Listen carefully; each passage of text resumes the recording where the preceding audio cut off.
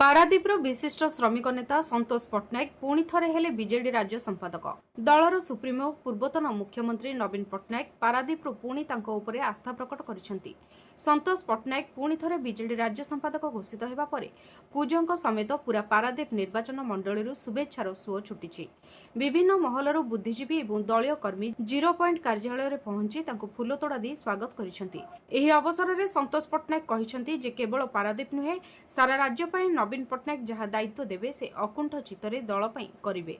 दल को संगठित करी रखिबा सह शासक दलर मनमानी विरोध में स्वर उत्तोलन करिवे एवं साधारण जनतांक स्वार्थ पई संग्राम जारी रखिवे।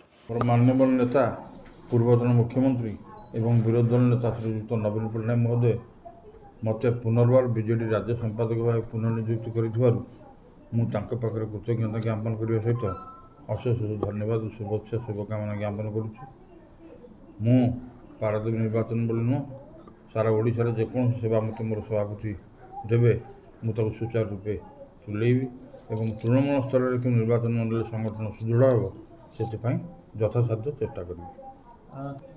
आम निज निर्वाचन मंडल में बहुत इश्यू अच्छी 2 वर्ष है जहाँ हूँ आपण मैंने जानते बर्तमान आगू केमती सुचारू रूपे से कार्यक्रम करा पंचायत इलेक्शन पौर निर्वाचन में केमती बीजेडी विपुल संख्यार जितपट हम से आम दृष्टि देव।